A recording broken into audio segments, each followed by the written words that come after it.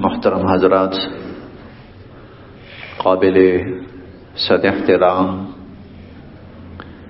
معزز سامعین، ہمارے ملک پاکستان میں اور خصوصاً پنجاب میں اور بالخصوص آپ کہہ سکتے ہیں لاہور میں، بالخصوص لاہور میں، خصوصاً پنجاب میں اور بالخصوص لاہور میں یہ 2-3 ماہ کثرت کے ساتھ شادیوں کا سیزن چلتا ہے۔ میں نے جان بوجھ کر شادی کا لفظ استعمال کیا ہے، نکاح کا استعمال نہیں کیا۔ میں نے جان بوجھ کر شادی کا لفظ استعمال کیا ہے، نکاح کا استعمال نہیں کیا۔ بکثرت لوگ ان مہینوں کے اندر اپنے بچوں اور اپنی بچیوں کی شادیوں کے پروگرام رکھتے ہیں، چنانچہ اسی نسبت سے چند باتیں اس موضوع پر عرض کرنی ہیں۔ ہوتا یہ ہے کہ یا تو والدین اپنے بچوں اور بچیوں کے رشتے کر رہے ہیں اور ان کی شادیاں کر رہے ہیں، اور یا پھر عزیز و اقارب مختلف قسم کی شادیوں میں مصروف ہیں۔ کوئی اس کے فنکشن میں جا رہا ہے، کوئی اس کے پروگرام میں، کہیں ولیمہ ہے، کہیں نکاح ہے، اور کہیں اس کے علاوہ 1-2 اور بھی ہوتی ہیں جن کا شاید نام لینا زیادہ مناسب نہیں ہے۔ تو اس حوالے سے تھوڑا سا میں تلخ الفاظ استعمال کرتا ہوں، کیونکہ جب تک کسی چیز کو آپ تلخ بنا کے پیش نہیں کریں گے تو لوگ اس کو روٹین میں لیں گے، نارمل لیں گے، بس ٹھیک ہے چل رہا ہے۔ اس لیے آپ نے دیکھا ہوگا میں کچھ عرصے سے کچھ سخت الفاظ کوشش کر رہا ہوں تاکہ وہ چیز نہ چبھے، وہ چبھے جا کے تھوڑی سی ذرا۔ جب آپ یہ کہیں گے نا مولوی صاحب نے بڑی غلط بات کہی اور بڑی سخت بات کہی ہے، ہاں نا، پھر اس کا مطلب یہ ہوا کہ آپ نے اس چیز کو سیریس لیا ہے، آپ نے اس کو کوئی اہمیت دی ہے، آپ کو وہ چیز لگی ہے، تو یہ لگنی ہے، تو یہ لگنی چاہیے۔ اس لیے میں شادی ابھی تک لفظ استعمال کر رہا ہوں، حالانکہ جو آیات میں نے پڑھی ہیں اور جو حدیث مبارکہ پڑھی ہیں اس میں صرف نکاح کا لفظ آیا ہے، اس میں شادی کا لفظ نہیں ہے، اس میں نکاح کے لفظ آئے ہیں۔ وَأَنكِحُوا الْأَيَامَ مِنكُمْ وَلْيَسْتَعْفِفِ الَّذِينَ لَا يَجِدُونَ نِكَاحًا النِّكَاحُ مِن سُنَنِ الْمُرْسَلِينَ اور النِّكَاحُ مِن سُنَّتِي۔ تو لیکن میں جو لفظ استعمال کر رہا ہوں وہ شادی ہے، وہ میں نکاح نہیں کر رہا۔ تو اس حوالے سے چند باتیں عرض کرنی ہیں۔ سب سے پہلی چیز یہ ہے کہ نکاح انسانی ضرورت ہے، نکاح انسانی ضرورت ہے، اور ضرورت کے بارے میں ایک اصول یہ ہے کہ ضرورت اس وقت اختیار کرنی چاہیے جب اس کا ٹائم ہے، جب اس کا ٹائم ہے۔ مثلا ہمیں بھوک لگی ہے تو ظاہر ہے بھوک لگی ہے تو ہم کھانا شروع کر دیں گے۔ یہ نہیں ہوگا آج بھوک لگی ہے، نہیں کھانا ہم 1 ہفتے کے بعد کھائیں گے، یا مہینے کے بعد کھانا کھائیں گے، یا سال کے بعد کھانا کھائیں گے۔ نہیں بھائی، ابھی بھوک لگی ہے تو ابھی کھانا ہے۔ شام کو بھوک لگی ہے تو بھائی اب کھانا ہے۔ یہ نہیں ہوگا کہ نہیں بے شک آپ کو بھوک لگی ہے، بے شک آپ کا کھانے کا وقت ہو گیا ہے، اور بے شک آپ کی ضرورت ہے، لیکن کھانا آپ کو سال کے بعد ملے گا۔ نہیں، انسانی ضرورت، فطری ضرورت، جس وقت ضرورت ہوتی ہے اسی وقت اس کو اختیار کیا جاتا ہے۔ مجھے اگر پیاس لگی ہے تو میں یہ نہیں سوچوں گا کہ میں کل پانی پیوں گا، میں سوچوں گا میں نے ابھی پانی پینا ہے۔ مجھے پیاس اب لگی ہے نا، ہو سکتا ہے کہ میں اگر اب جائز طور پر پانی پی کر اپنی پیاس نہ بجھاؤں تو ہو سکتا ہے کہ میں کوئی حرام چیزوں کے ذریعے اپنی پیاس بجھانے کی کوشش کروں۔ اگر میں بیمار ہوں نا، مجھے بخار ہوا ہے اس وقت، تو اس کا علاج کیا ہے کہ اس کا طریقہ کیا ہے؟ مجھے فوری علاج کروانا ہے. یہ نہیں ہوگا کہ مجھے اب بخار چڑھا ہوا ہے اور میری طبیعت خراب ہے لیکن میں علاج کراؤں گا مہینے کے بعد. نہیں، یہ فطری ضروریات ہیں. مجھے نیند آئی ہے تو میں سو جاؤں گا. میں یہ نہیں کہوں گا بے شک مجھے نیند آئی ہوئی ہے لیکن سونا میں نے کہیں ہفتے کے بعد جا کر ہے. ہاں، کسی اشد ضرورت کی وجہ سے یہ تو ہو سکتا ہے کہ میں آدھا پونا گھنٹہ 2 گھنٹہ یا کم سے کم ایک زیادہ سے زیادہ 1 رات مؤخر کر دوں. یہ ممکن ہے کسی ایمرجنسی کی صورت میں، ایمرجنسی کی صورت میں وہ بھی. لیکن اگر ایمرجنسی نہیں ہے اور روٹین کے معاملات ہیں تو میں کیا کروں گا؟ فوراً سونے کی کوشش کروں گا. یہ فطری معاملات جو ہیں ان کے بارے میں انسان کا طرز عمل اور طریقہ کار بھی یہی ہے اور فطری تقاضا بھی یہی ہے اور شریعت کا حکم بھی یہی ہے. حضور علیہ الصلوۃ والسلام فرماتے ہیں جب تمہیں بھوک لگے تو کھانا کھا لو، کھانا کھا لو، سیدھی سی بات ہے. اور اللہ تعالیٰ قرآن کریم میں جا بجا فرماتے ہیں کہ ہم نے یہ رات بنائی ہے اور روزانہ بنائی ہے. مہینے میں 1 دفعہ نہیں بنائی، یا ہفتے میں 1 دفعہ نہیں بنائی، یا 6 مہینے میں 1 دفعہ نہیں بنائی، یا سال میں 1 دفعہ نہیں بنائی. سوائے دنیا کے کچھ مخصوص جگہیں، سوائے دنیا کے وہاں تھوڑا سا ذرا ٹائم پیریڈ مختلف ہوتا ہے، ورنہ دنیا کا 90 سے 95% جو علاقہ ہے وہاں رات روزانہ آتی ہے. روزانہ بنائی ہے. کیوں بنائی ہے؟ لتسکنوا فی، تاکہ تم اس میں آرام کرو، تاکہ تم اس میں سو جاؤ، اسی لیے بنائی ہے اور روزانہ بنائی ہے. تو اس سے معلوم یہ ہوا کہ جتنے فطری تقاضے ہیں تو ان کے بارے میں طریقہ بھی یہی ہے، شریعت کا حکم بھی یہی ہے، انسانی عقل بھی یہی کہتی ہے کہ جس وقت وہ فطری تقاضا پیش آیا ہے، جس وقت وہ فطری تقاضا پیش آیا ہے تو اسی وقت اس تقاضے کو پورا کرنے کی پوری کوشش کی جائے. حتیٰ کہ آپ اندازہ اس بات سے لگائیں، کوشش کیجیے کہ جو میں بات عرض کرنے لگا ہوں اس کو اپنے طور پر بھی تحقیق کر لیجیے گا. حضور علیہ الصلوۃ والسلام کا فرمان ہے کہ جس شخص کو بھوک لگی ہے اور بھوک اتنی شدید ہے کہ وہ جو بھی کام کرے گا اس کی توجہ بھوک کی طرف رہے گی. بھوک اتنی شدید ہے کہ جو بھی کام کرے گا اس کی توجہ بھوک کی طرف رہے گی. اور نماز کا ٹائم ہو گیا ہے تو آپ نے یہ نہیں فرمایا کہ پہلے نماز پڑھو بھائی، آپ نے فرمایا نہیں، پہلے کھانا کھاؤ. آپ نے فرمایا پہلے کھانا کھاؤ، تمہاری ضرورت پوری ہو گئی ہے، اب تمہیں یقین ہے کہ تم سکون سے نماز پڑھ سکو گے، چلو اب نماز پڑھو. اندازہ لگائیں، فطری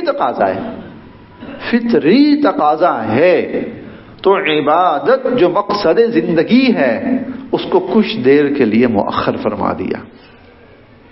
کھانا کھاؤ تاکہ تمہاری ضرورت پوری ہو جائے اور اس کے بعد تم عبادت کی طرف آؤ. اور یہی حکم ہے قضاء حاجت کے لیے.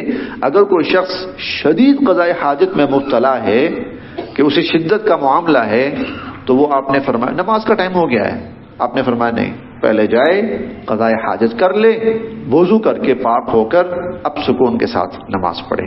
فطری تقاضا ہے اور فطری تقاضا اپنی شدت پر ہے، فطری تقاضا ہے اور فطری تقاضا اپنی شدت پر ہے، لہذا فرمایا پہلے فطری تقاضا پورا کر لے اور پھر اس کے بعد عبادت کرے.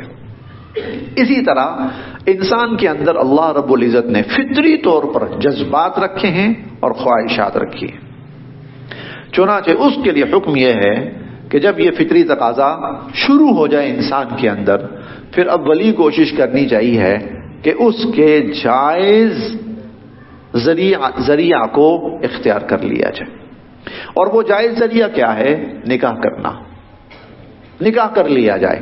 یہ اسلام نے جنسی خواہش کے پورا کرنے کا فطری طریقہ بتلایا ہے اور شرعی طریقہ بتایا ہے. جب ہم ان ساری پچھلی مثالوں کو سامنے رکھتے ہیں تو ہمیں پھر یہ بات سمجھ میں آ جاتی ہے کہ فطری تقاضے کو پورا کرنے میں تاخیر نہیں کرنی چاہیے. فطری تقاضے کو پورا کرنے میں تاخیر نہیں کرنی چاہیے. دیکھیں جی، میں آپ سے ایک چھوٹے سے سوال پوچھ رہا ہوں. ایک شخص کو قضاء حاجت پیش آئی ہے، وہ بیت الخلاء جانا چاہتا ہے، اگر وہ نہیں جاتا، وہ روکتا ہے، وہ کنٹرول کرتا ہے، گھنٹہ 2 گھنٹہ 3 گھنٹے 4 گھنٹے، تو کیا ہوگا؟ فائدہ ہے یا نقصان؟ صحت کا نقصان ہے.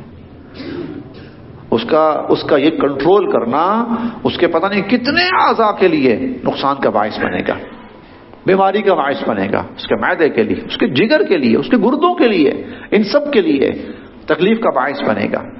تو اسی طرح یہ جو فطری تقاضا اسلام نے رکھا ہے، جو انسان کے اندر ہے، اللہ رب العزت نے رکھا ہے، اس کو بر وقت پورا کرنے کی حضور علیہ الصلوۃ والسلام نے تلقین فرمائی.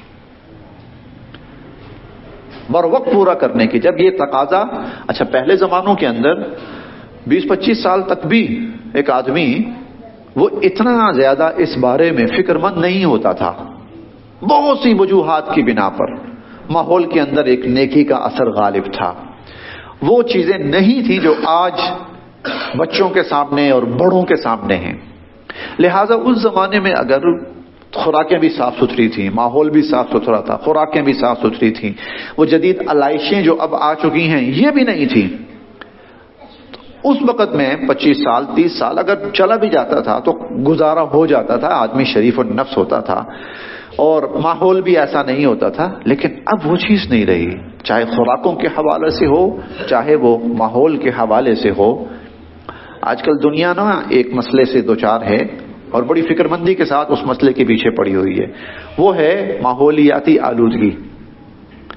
وہ ماحولیاتی آلودگی ہے اور اس سے وہ مراد یہ لیتے ہیں کہ ہمارا ماحول جو ہے، ایٹماسفیئر جو ہے ہمارا، وہ تھوڑا سا خراب ہو رہا ہے، اس کے اندر علائشیں بڑھ رہی ہیں، اس کی وجہ سے بہت ساری موسمیاتی تبدیلیاں بھی رونما ہو رہی ہیں. اب سب سر جوڑ کر بیٹھ رہے ہیں کہ اگر ماحولیاتی تبدیلیاں پیش آ رہی ہیں اور اس کی وجہ سے موسمیاتی تبدیلیاں پیش آ رہی ہیں تو اس کا کیسے تدارک کیا جائے. تو بھائی ایک ماحولیاتی آلودگی اور بھی ہے، ایک ماحولیاتی آلودگی اور بھی ہے جی، اور میں اس کی مزید تفصیل میں نہیں جانا چاہتا. آپ یقیناً سمجھ رہے ہوں گے کہ وہ اب اتنا پاکیزہ ماحول جو پہلے ہوتا تھا وہ اب نہیں ہے. خاص طور پر جو لوگ سوشل میڈیا استعمال کرتے ہیں تو دیکھ رہے ہوں گے کہ بچے اور بڑے اور بچیاں، چھوٹی عمر کی بچیاں اور بڑی عمر کی بچیاں اور خواتین اور بوڑھی عمر کی خواتین اور سب یہ بہت تیزی کے ساتھ ایک ماحولیاتی آلودگی جو ہے وہ بڑھ رہی ہے. تو پھر سب کو بیٹھ کر سوچنا چاہیے کہ بھئی اس کا تدارک کیا ہے. تو اس کے لیے زیادہ سوچنے کی ضرورت نہیں ہے. اس لیے نہیں ہے کہ تدارک اللہ رب العزت نے 1400 سال پہلے ہمیں عطا فرما دیا تھا، اور حل 1400 سال پہلے عطا فرما دیا تھا. اور کیا ہے؟ وہ کیا ہے؟ جائز طریقہ ہے نکاح کا کہ اس کو عام کیا جائے اور اس کو رواج دیا جائے. چنانچہ اللہ رب العزت قرآن کریم میں فرماتے ہیں، جو میں نے آیت تلاوت کی آپ کے سامنے، وَأَنكِحُوا الْأَيَامَ مِنكُمْ. اچھا یہ میں ایک بات اور عرض کر دوں اس کے ساتھ ساتھ، اس آیت میں بھی وہی بات آ رہی ہے کہ یہ ضرورت ایسی ہے کہ کسی بھی طرح کا انسان اس سے مستثنا نہیں ہے. کسی بھی طرح کا انسان، مثال کے طور پر ایک شخص، اس کی عمر 40 سال 45 سال ہو گئی ہے اور اگر اس کی شادی نہیں ہوئی تو بھائی وہ مستثنا نہیں، وہ شادی کرے، وہ شادی کرے. ایک شخص شادی کر چکا ہے، خدا نہ خاصہ اللہ نہ کرے کسی وجہ سے اس کا رشتہ ختم ہو چکا ہے، تو کوئی بات نہیں، وہ دوبارہ اس رشتے کو بحال کرے. ارے بھائی جس نے ایک دفعہ کھانا کھا لیا ہے کیا وہ دوسرے دن کھانا نہیں کھائے گا؟ کیا وہ دوسرے دن کھانا نہیں کھائے گا؟ جس نے ایک دفعہ پانی پی لیا ہے کیا وہ دوسرے دن پانی نہیں پیے گا؟ جس نے ایک دفعہ آرام کیا ہے کیا وہ دوسرے دن آرام نہیں کرے گا؟ تو یہ انسان کا فطری تقاضا ہے، اس میں نہ کوئی شرم والی بات ہے نہ حیا والی بات ہے. ہاں اس فطری تقاضے کو غلط طور پر استعمال کیا جائے وہ شرم والی بات ہے اور حیا والی بات ہے.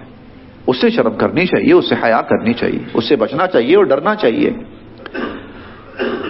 اسی طرح خواتین کا معاملہ ہے. اگر کوئی خاتون، میں آپ کو اس کی بہت بڑی مثالیں دینے لگا ہوں، اگر کوئی خاتون شادی شدہ ہے اور اس کا رشتہ برقرار نہیں رہتا، کسی بھی وجہ سے اس کا رشتہ ختم ہو جاتا ہے، تو اسلام اسے قطعاً یہ نہیں کہتا، اسلام اسے قطعاً یہ نہیں کہتا کہ بی بی ایک دفعہ تیری شادی ہو گئی بس کافی ہے. اسلام کہتا نہیں نہیں نہیں نہیں نہیں، تو شادی کر.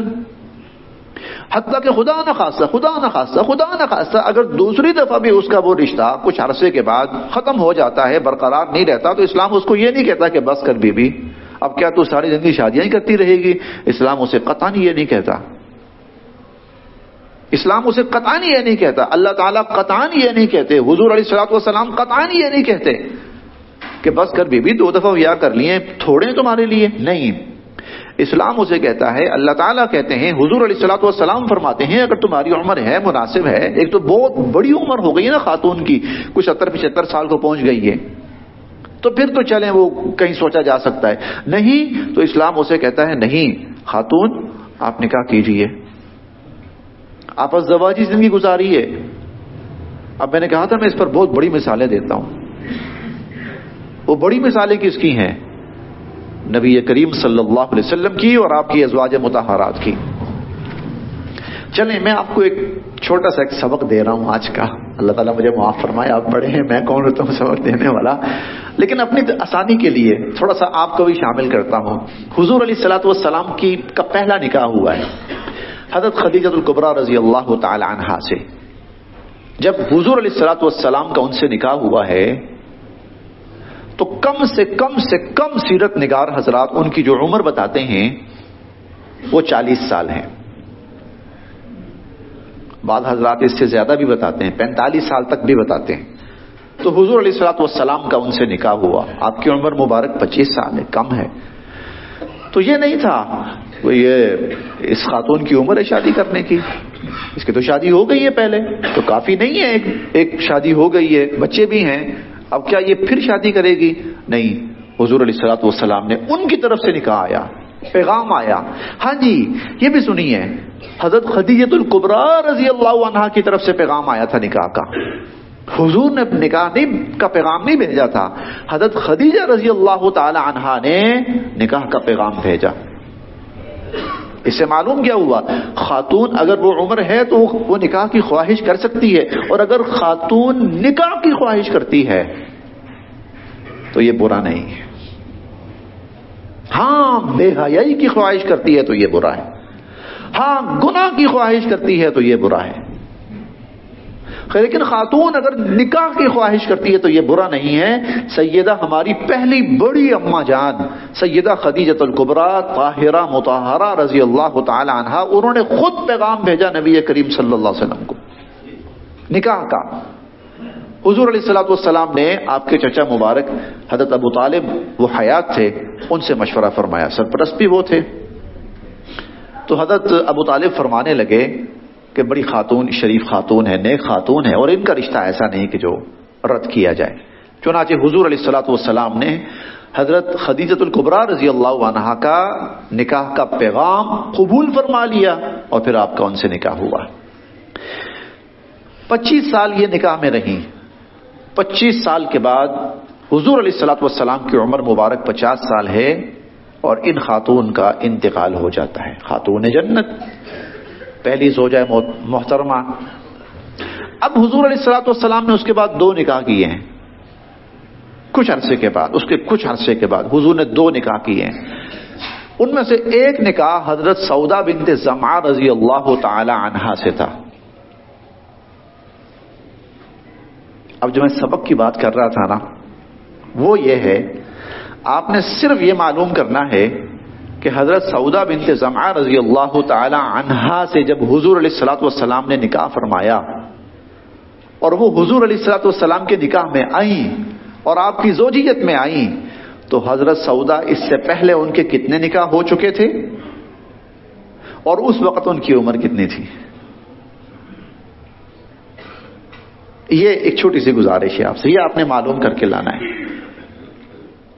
اتنا میں بتا دیتا ہوں، وہ اچھی خاصی بڑی عمر کی خاتون تھی، اچھی خاصی بڑی عمر کی خاتون تھی. حضور علیہ الصلوۃ والسلام کی طرف سے پیغام نکاح گیا اور انہوں نے اس نکاح کے پیغام کو قبول فرما لیا.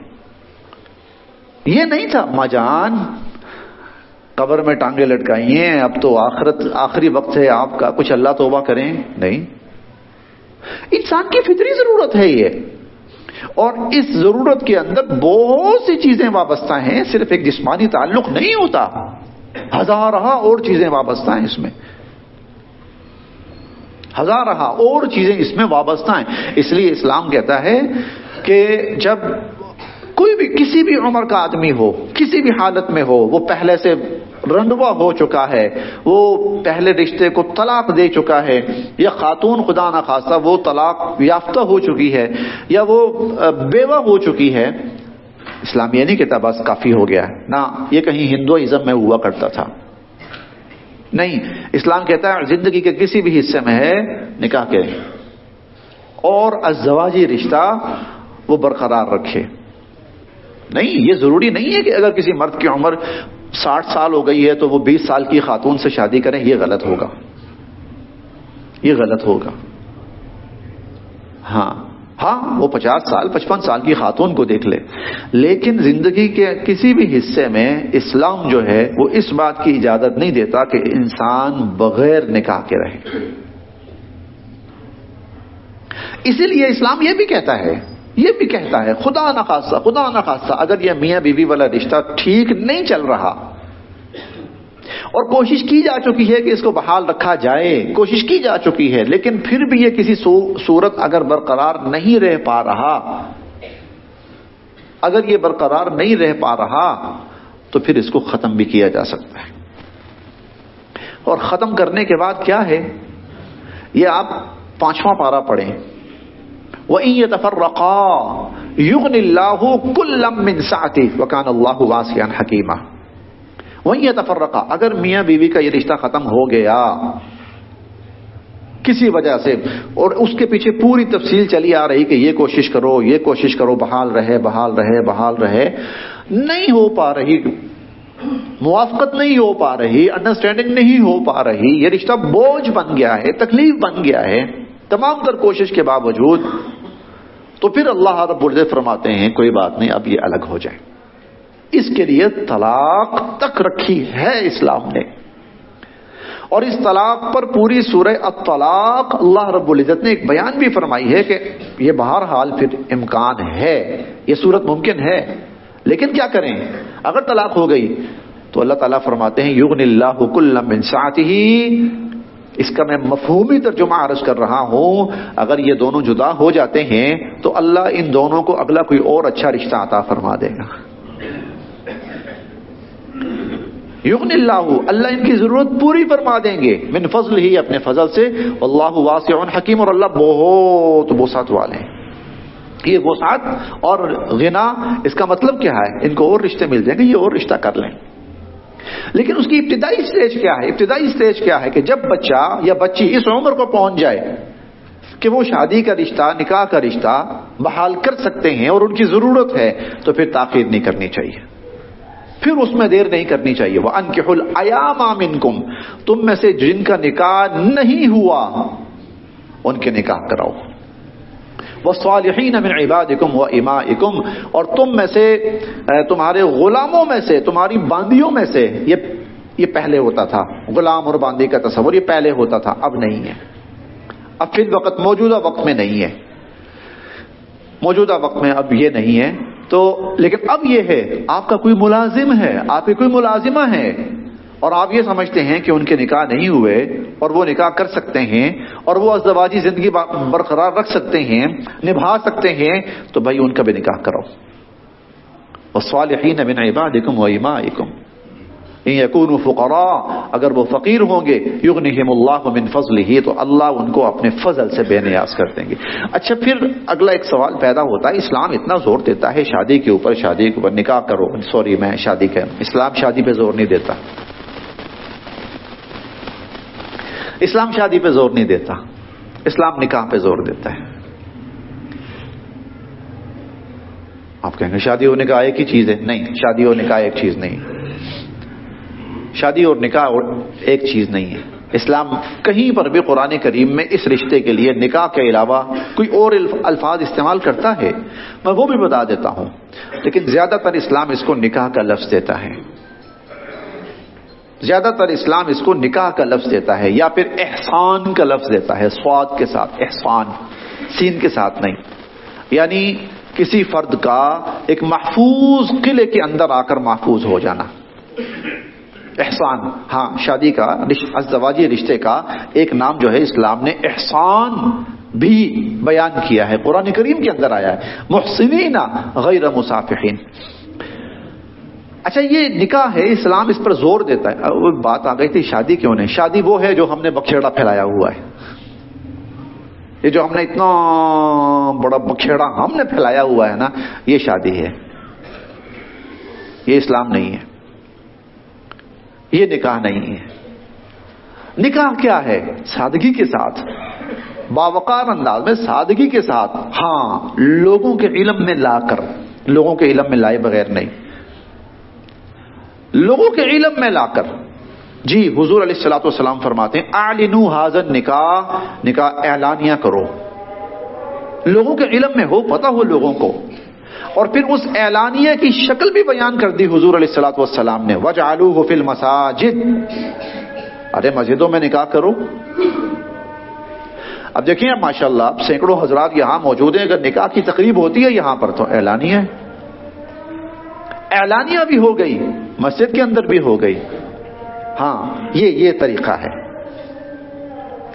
اور حضور علیہ الصلوۃ والسلام کے زمانے میں، صحابہ کرام کے زمانے میں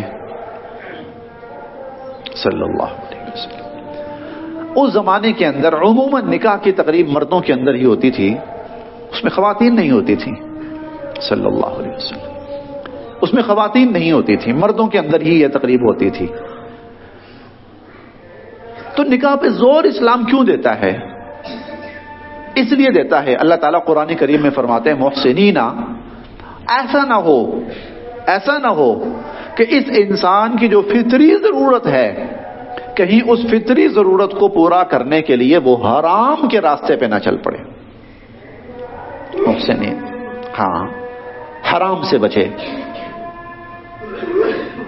گناہ سے بچے، یہ بے حیائی سے بچے. یہ اور آپ یقین کریں جس معاشرے میں آپ نکاح کو سادہ ترین، آسان ترین اور عام کر دیں گے، اس معاشرے سے بے حیائی بہت زیادہ ختم ہو جائے گی، بہت زیادہ ختم ہو جائے گی.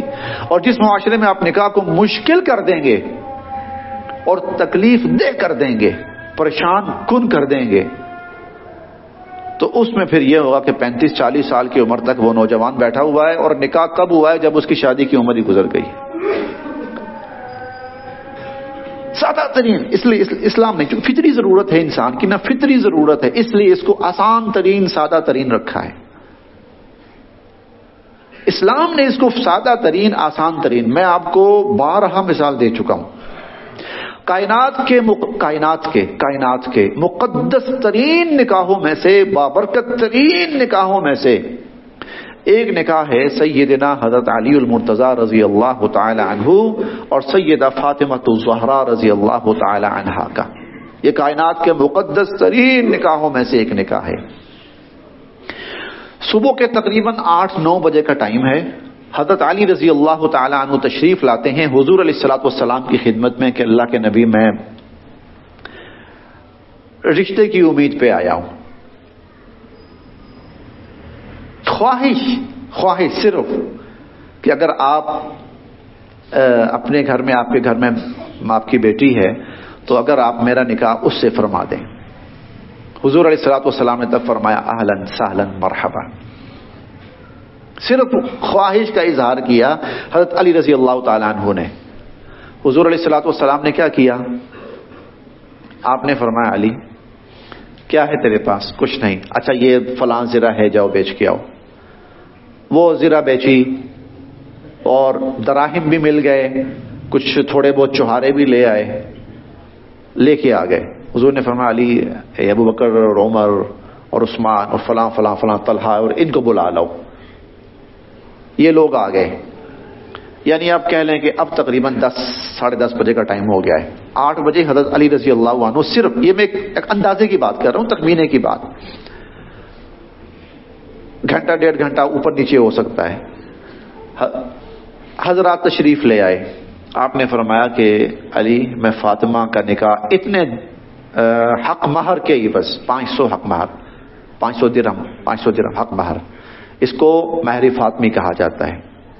500 درہم حق مہر، اس کو مہر فاطمی کہا جاتا ہے. 131 تولے چاندی یہ اس چاندی بنتی ہے. 131 تولے چاندی،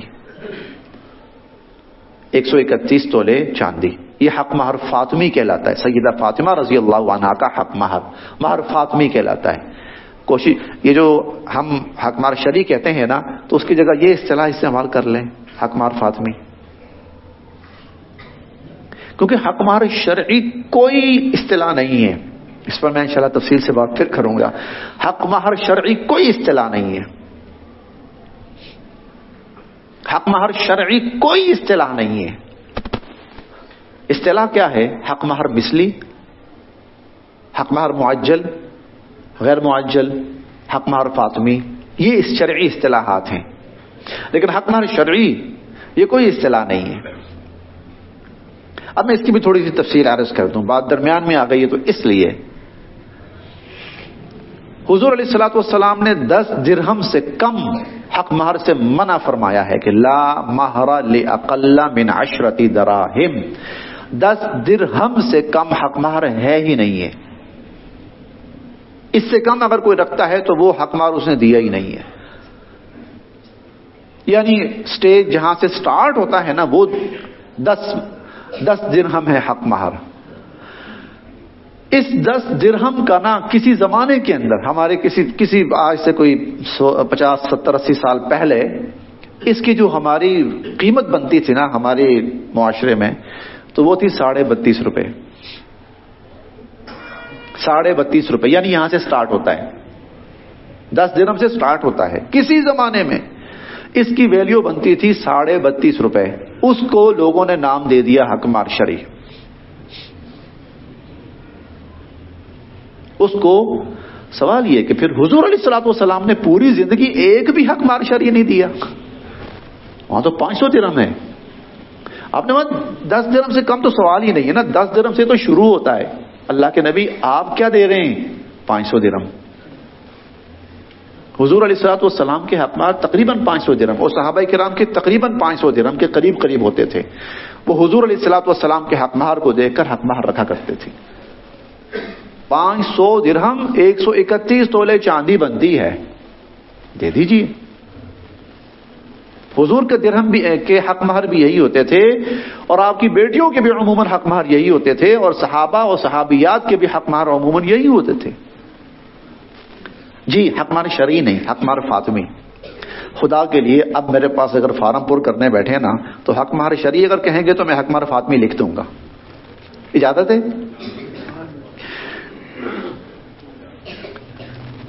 لیکن اس وقت پوچھوں گا میں، اجازت ہے؟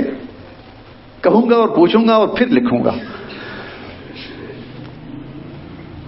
تو حضرت علی رضی اللہ عنہ کا 500 درہم جو ان کے ذمہ تھا کہ آپ اتنا حق مہر دے رہے ہیں حضرت فاطمہ کو، اور اس حق مہر کے ساتھ علی میں نے آپ کا نکاح فاطمہ سے کر دیا.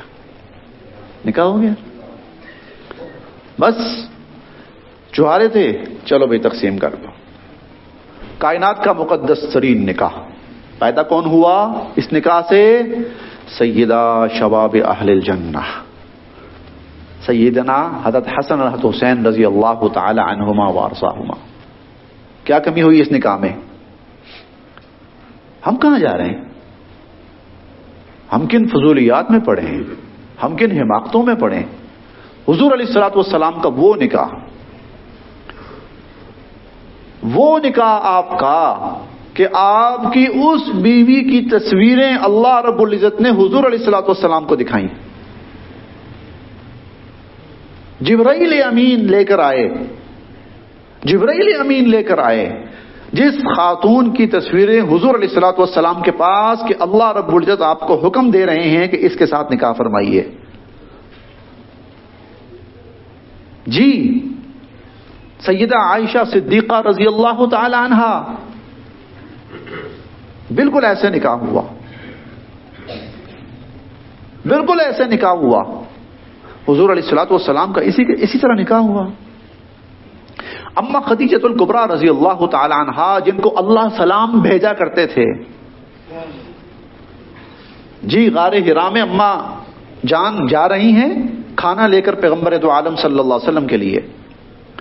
نبوت مل چکی ہے حضور علیہ الصلوۃ والسلام کو، غار حرا میں ہوتے ہیں آپ، اور اما جان جا رہی ہیں کھانا لے کر. جبرائیل امین آتے ہیں، اللہ کے نبی سیدہ خدیجہ الکبریٰ آ رہی ہیں.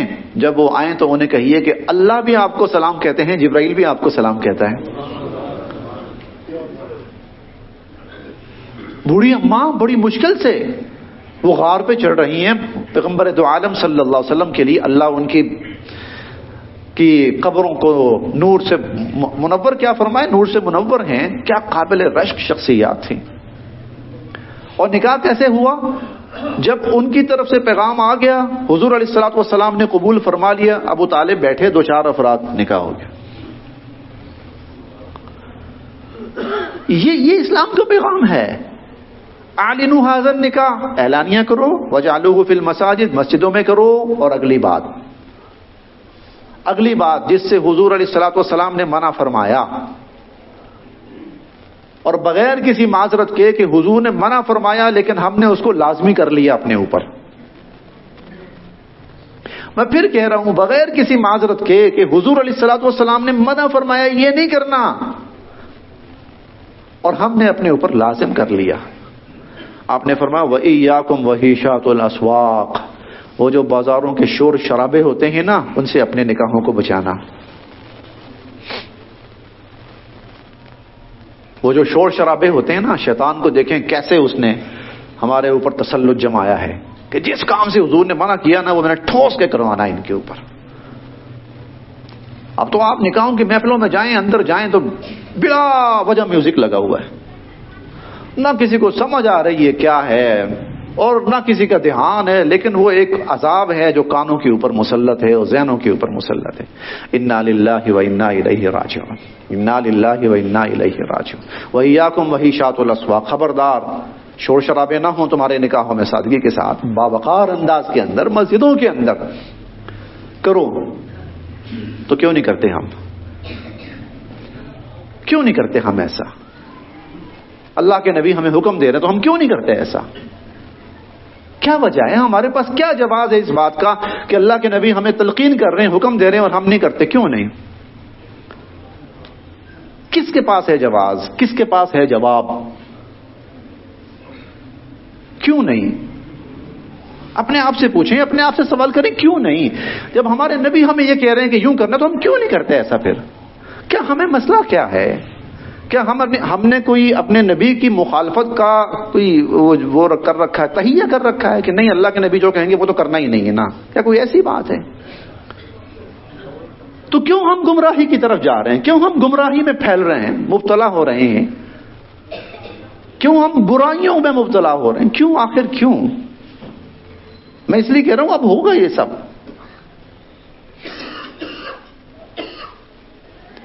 آج سے کوئی 5-6 سال پرانی بات ہوگی، 5-6-7 سال ایگزیکٹ تو مجھے نہیں پتا، لیکن 5-6 سال پرانی بات ہوگی. میں گھر سے آ رہا تھا عشاء کی نماز کے لیے، اتفاقاً پیدل آ رہا تھا. تو یہاں قریب سامنے نا کھلی جگہ پر ایک شادی کی تقریب ہو رہی تھی، تو اس میں نا نعت کی آواز آ رہی تھی، نعت رسول مقبول صلی اللہ علیہ وسلم لگی ہوئی تھی. میں بڑا خوش ہوا، شکر ہے خدایا کچھ تبدیلی تو ہے ہی ہے. کہاں وہ گانا بجانا اور فسق و فجور، اور کہاں پر یہ نعت لگی ہوئی ہے. اور مجھے کنفرم پتہ لگ گیا تھا کہ یہ نکاح کی تقریب ہے. بڑی خوشی ہوئی مجھے. سردیوں کا موسم تھا، میں نے عشاء کی نماز پڑھائی. عشاء کی نماز پڑھا کر جب میں واپس جا رہا تھا، وہیں سے تو گانے لگے ہوئے. میں سر پکڑ کے بیٹھ گیا، یہ کیا ہے؟ راضی رہے رحمان بھی، خوش رہے شیطان بھی. کہ پہلے رحمان کو راضی کر لو، پھر شیطان کو خوش کر لو، تو رحمان راضی نہیں ہوگا، شیطان خوش ہو جائے گا. وہ جو ہے نا یخادعون اللہ والذین آمنوا، اللہ اور ایمان والوں کو دھوکہ دینے کی کوشش کر رہے ہیں، یہی تو ہے. اور پھر اگلا جملہ یہ ہے وما یخدعون الا انفسهم، نہیں نہ تو اللہ کو دھوکہ مل رہا ہے نہ ایمان والوں کو، یہ دھوکہ اپنے آپ کو دے رہے ہیں۔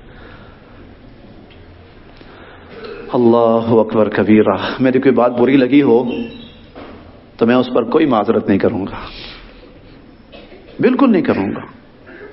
کب تک ہم بہکتے رہیں گے اور بہکاتے رہیں گے؟ نہیں، سچ کا سامنا کرنا چاہیے، حق بات کھل کے ہونی چاہیے، بالکل۔ اس لیے میں کھل کے بات کر رہا ہوں، میں پہلے بھی کر چکا ہوں اور اب بھی۔ اور سب سے جو بدترین منظر ہوتا ہے اور مکروہ ترین منظر ہوتا ہے، وہ جو ہماری اب ہماری جو مروجہ وہ تیل مہندی کی رسم ہوتی ہے، اس کے اندر جو نکاح ہوتا ہے وہ سب سے کریہ ترین اور مکروہ ترین ہوتا ہے۔ میں چونکہ دیکھ کے آیا ہوں نا سب کچھ، اس لیے بتا رہا ہوں۔ یہ جو بزرگ حضرات بیٹھے ہیں، یہ بتائیں تیل مہندی کی رسم میں جاتے ہیں؟ یہ بزرگ تشریف فرما ہیں، تیل مہندی کی رسم میں یہ خود نہیں جاتے۔ او ٹھیک ہے بچوں تم جاؤ، لڑکوں تم جاؤ اور لڑکیوں تم جاؤ، بس پھر آپ سمجھ لیں۔ اس کے بعد لڑکوں تم جاؤ اور لڑکیوں تم جاؤ۔ نہ بڑے مرد حضرات جاتے ہیں نہ بڑی خواتین جاتی ہیں، اور نہیں وہ ہماری محفل نہیں، تم جاؤ۔ تو پیچھے کیا رہے گا پھر؟ اللہ کی قسم کھا کے کہتا ہوں، مجھے اتنا دکھ اور رونا ہوا، میں نے بند کروایا ایک دفعہ۔ میں نکاح پڑھانے کے لیے گیا، نکاح ختم ہوا اور اس کے بعد جو ٹیکسٹ شروع ہوا اور اس پر جو الفاظ تھے، استغفر اللہ، میں آج بھی سنتا ہوں نا تو میں کہاں جاتا ہوں۔ اس قدر غلیظ ترین، اس قدر غلیظ ترین کہ غلیظ کا لفظ چھوٹا ہے، اس قدر غلیظ ترین۔ انا للہ و انا الیہ راجعون۔ اللہ پاک مجھے اور آپ کو معاف فرمائے۔ ہم سب دلدل اس کے اندر پھنسے ہوئے ہیں اور اپنے آپ کو دھنسا لیا ہے۔ اب نکلنا ہے بھائی اس سے، اب اس سے انشاءاللہ نکلنا ہے اور نکلنے کی کوشش کرنی ہے۔ تو اس کے لیے حضور علیہ الصلوۃ والسلام نے کم سے کم درجے میں اتنا فرمایا ہے کہ نکاح تو مسجد میں کر لو، یہ صحیح سلامت ہو جائے۔ کریں گے انشاءاللہ العزیز، اپنا بھی کروا لیں، منع نہیں ہے جی۔ دیکھیں نا، ہم برائی تو کر رہے ہیں نا، نیکی کرتے ہوئے ڈر رہے ہیں، نہیں، نیکی کرتے ہوئے ڈر رہے ہیں، لیکن برائی تھوڑا لیسے سب کر رہے ہیں، کوئی نہیں ڈر رہا۔ ایسے بزرگ ہیں جن کو بڑی عمر کے، میں بزرگ بھی نہیں کہتا، نسبتاً بڑی عمر کے، جن کو ضرورت ہے وہ نہیں کر رہے، ڈر رہے ہیں۔ معاشرہ جل بھی کر رہا ہے، کر بھی سکتے ہیں کہ معاشرے سے ڈر رہے ہیں، نہیں کر رہے۔ اور گناہ اور برائی سر عام، اعلانیہ، اس پر تو انا للہ و انا الیہ راجعون پڑھنا چاہیے۔ اللہ پاک ہم سب کو صراط مستقیم پہ چلنے کی توفیق نصیب فرمائے، اور جو سیدھا راستہ ہے اس کو اپنانے کی، اور جو غلطیاں اور برائیاں اور گناہ ہیں اللہ ان سے بچنے کی ہم سب کو توفیق نصیب فرمائے۔ وآخر دعوانا